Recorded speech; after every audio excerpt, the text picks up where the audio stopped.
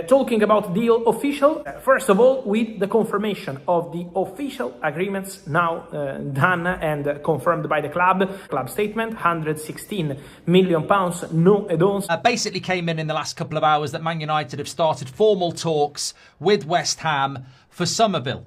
This is coming in from Ben Jacobs and a couple of other outlets as well.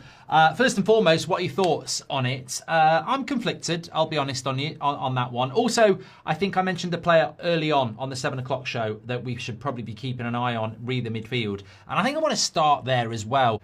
Tchouaméni, right? If United are concerned about his wage and his fee, I'm telling you now, brother, if Real Madrid want to sell him, they'll sell him at market value and his wage will be market value. And he plays for Real Madrid in France. He may well be a World Cup winner in a couple of weeks' time. If we're worried about the wage and the fee of Tchouaméni, we're basically worried about a player that will be sold at a fair price who is worth it. I get the fact that Mateus Fernandez is one for the future. I get the fact that Anderson is one for the future.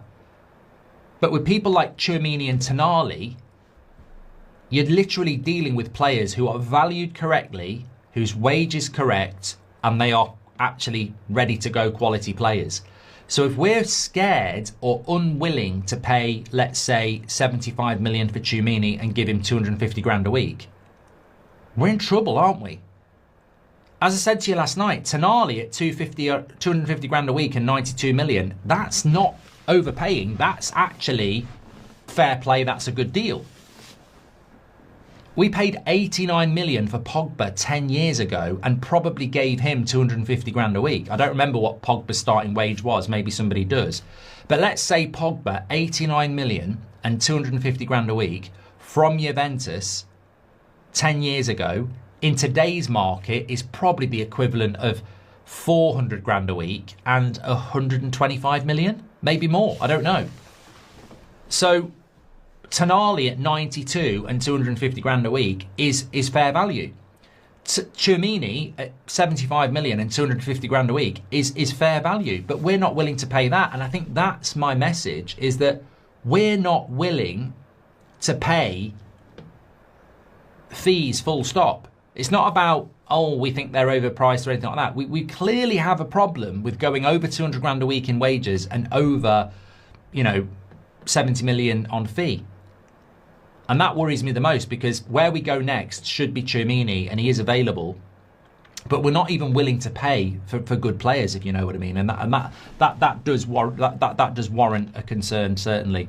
I've just been sent something here about this. Oh, official, Mateus Fernandez joins Tottenham on 44 million deal. That can't be right.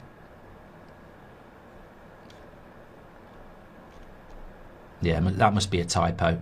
I think either that or he's trying to wind us up, because that can't be right. We're well on our way to similar league position as Newcastle had last season, thanks to our directors. Tonali was good business for Spurs, says Perk. Many fans are trying to justify how we're acting in the market, and those same fans will be saying we should be competing against those spending and are already better than us. The contradiction is crazy, says Patrick.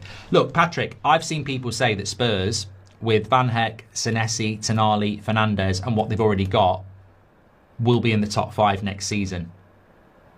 If Arsenal, Man City, and Arsenal, Man City, and Spurs are already in there, and I think that's a big shout, by the way. Where are we, Chelsea, Liverpool? And potentially Aston Villa.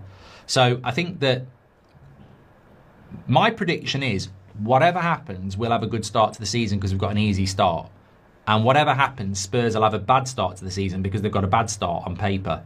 But as we know, your points accumulation from January to May is where you really go for it. Well, Spurs aren't in Europe from January to May, and they'll be settled by then. So I don't think it matters how Spurs start the season. I think it's how they finish the season. I think that's where the threat comes from them. Slow Sports News says we're getting Belabour, aren't we? I don't know. You know, on Belabor, there is a bit of an update where The Athletic are saying that they've heard nothing about Wharton and Belabor from Man United for quite a while. So, you know, let's wait and see on that. Sorry, I'm just going to get rid of an idiot in the chat. Talking about midfielders, guys, I also wanted to mention what's going to happen next now at Manchester United, because in 24 hours we saw Elliot Henderson, Sandro Tonali and Mateusz Fernandes, 3 players who were of interest of Manchester United, but then the race was already left, going elsewhere. So what happens with Man United? Now you ask me, who can be the ideal target for United? The 2 names that Man United internally consider as fantastic options are Aurélien Tchouameni, but I told you the problem is the salary, and at the moment no green light from Real Madrid, and also Alex Scott is also highly rated by Arsenal and by Manchester United. Alex Scott has many clubs around him this summer, but Bournemouth insists they want to keep the player and they want to offer him a new contract. Let's see if Bournemouth will be able to keep him, because one thing is to say that, one thing is in the next 2 months resist in case they receive big proposals, but Alex Scott is one of the players considered internally by Arsenal and by Man United. Both clubs like him. At the moment from Bournemouth is no, he's not leaving, but in case they open doors to an exit for big money, we have to follow these 2 clubs, keen eventually on Alex Scott. When talking about Somerville, I think I'm probably going to say things that are unfair because Man United do need a winger who is right-footed. We've got Mbeumo, we've got Ahmad, both left-footed, Dorgu, but also left-footed. So I think we do need a winger with a right-foot profile. But, you know, talks with West Ham for Somerville, I sort of like go, talks with Man City for Anderson. Talks with Forest for Anderson after 9 months of saying you want him, didn't get him. Talks with Mateus Fernandes of West Ham, didn't get him. Hint, we need midfielders. We can only do 1 deal at a time. Why are we talking about a winger with West Ham? Now, look, it might be because if we want to do that deal, we need to move quick and we don't have anybody else. So I sort of understand that, but this is part of my problems with it's July the 2nd. Many people will be watching this on July the 3rd. It's not June. In the past, we went and got Dan James right at the start of the window. It wasn't a priority signing, but let's get it done because we can. I understand that we may need to get Somerville done quickly, otherwise other people will come in. But the priority is the midfield. We only do 1 deal at a time, and we're very slow. So that is a bit of an issue for me. I'm sort of like, why are these things happening now? And obviously the answer is very, very clear. It's because we've spent a month on a player that we didn't get in Mateus Fernandes that now we're chasing our tail. So I'm a little bit concerned about that. We need to move on the midfield. We've only got Edison and Mainu. It's nowhere near good enough. I am not counting people like Mason Mount or kids from the youth. They are not midfielders that are viable options for a season where we're going to compete for in the Champions League and in the Premier League. So I want midfielders. So when I hear that we're in talks with wingers, I'm sort of like, I want midfielders. Yeah, petulant, yeah, spoilt, but I do. As for Somerville, I will back any signing. I always have. Like, you know, if we sign Belabor, I will back it. I'll just say I don't agree with it. I didn't agree with Lukaku. I didn't agree with Matic. There has been signings I haven't agreed with, but I will back them. There's just something about Somerville that's just not that exciting. I think it's look, I just think that we are a long way from where we need to be, and I don't know that Somerville takes us there. I think we've got a lot of players like this at United already, and I'm not going to name their names, but we've got a lot of players that are good. And I sort of wonder about when are the players coming in that are going to take us to the next level, and I'm not sure Somerville's of that quality. You know, Liverpool need wingers. Have they gone for Somerville? No. Arsenal need wingers. Have they gone for Somerville? No.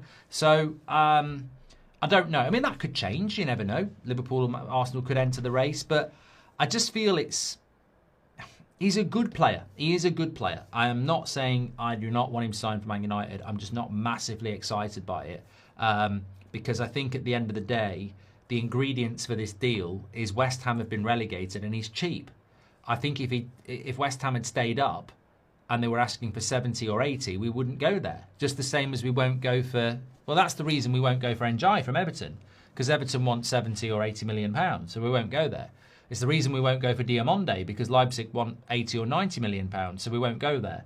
So it's not lost on me that whilst Somerville's a good player, probably the players we should be going for we're not, because they're expensive. So again, we're going for a good player who fits into our budget. And this is my problem with United. It's that we just keep doing this and expect to be good. And we will be good. We just won't be good enough, I don't think, until we start bringing in the players that will take us to that level. Gary on the brain. Let's talk about the news of the recent hours, because confirmation of what I told you 1 or 2 weeks ago, André Onana leaves Manchester United and goes to Trabzonspor. Back to Turkey, the deal is done. Agreed, is a new loan for André Onana, no buy option, no buy obligation. Man United, as I told you, will receive up to 1.5 million euros as bonuses from Trabzonspor based on performances, and then Manchester United also will have the majority of the wages covered by Trabzonspor, and that's not a detail because Onana was on a big salary at Manchester United, and Trabzonspor will put obviously big part of this to keep André Onana at the club. So it's over between Onana and Man United for this year, but remember, no buy option, no buy obligation, so officially, in any case, Onana would return to Manchester United in summer 2027. So expect movement on all this and much more, guys, as always, here on the channel to keep you updated on absolutely everything. Let me know your opinion on all the stories on the channel. Let me know, guys, as always, here in the comments. I'm reading you. Remember to like this video, to turn on the notification bell, to subscribe to the channel, to be part of the family every single day, and see you soon.